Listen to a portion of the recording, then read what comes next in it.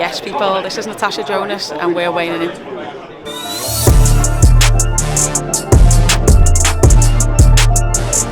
Yes, people, we are weighing in with Natasha Jonas. Tasha, last time out, you won that lovely green and yellow strap. Have you watched it back, and what did you make of your opponents? There was lots of pluses and things I was happy about. There was some things that I'd done in camp that I'd worked on and I didn't really do in the ring, so I was a little bit disappointed in that, but you're always going to be your own biggest critic, and you know, I was just happy to get the win and in front of Liverpool, in front of my own fans, and get the WBC, so I haven't got many complaints. Absolutely. I mean, the City needed a lift, didn't they, after that 1-1 draw with Everton. We watched it together live. But listen, moving on, the next show was actually the Legacy show, the all-women's card, which had to be postponed. Was there any talks of them making room for you on there?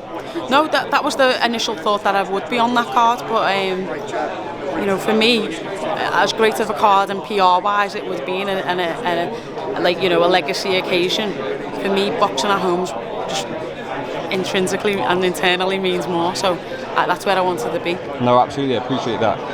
Let's talk about that card. The two main events, TASHA JONAS, mikaelamayer, alyciabaumgardner. There's so much talent there. How do you see the two main events going? I've seen saying this. On paper, you'd probably favour Mayer for their fight, but you know, I was in that fight build-up, and as confident as Mayer always is, Baumgardner's just got like a presence, and she's got that belief, and we've seen that belief before when she fought Terry and no one really knew who she was or what she'd done, and she came along and got that stoppage, so you know, it's hard not to believe in that. I think Michaela's fought the better people. I think she's got the better experience, but we've also seen with Hamadouche that she can get into dog fights, which she doesn't really need to with someone of her size and the levers that she's got. And if she does that against Baumgardner, then I think that could be trouble. Just going back to the postponement of that event, have any of your fights ever been postponed?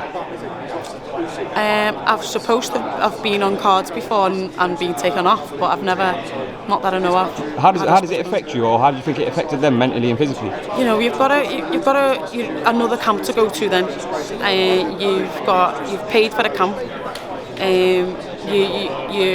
You're at weighing, which is even worse. So you drained yourself to a weight, and then it doesn't happen. And 5 weeks is not really long enough to give yourself a week off and to go back into a camp. You've got to carry on continue that camp. So it ends up going from a 2 month camp, maybe 3, 2.5, to a nearly 3-4 month camp, and that's a long time to have your body at peak physical condition. Absolutely. Tasha, on this show, we have one of the biggest names in women's and boxing in general, Amandaserrano. How good is she? I think we've seen against Taylor how good she was. I did predict that she'd be a problem, and she was. Her shot selection, her power, considering she's come up, was phenomenal.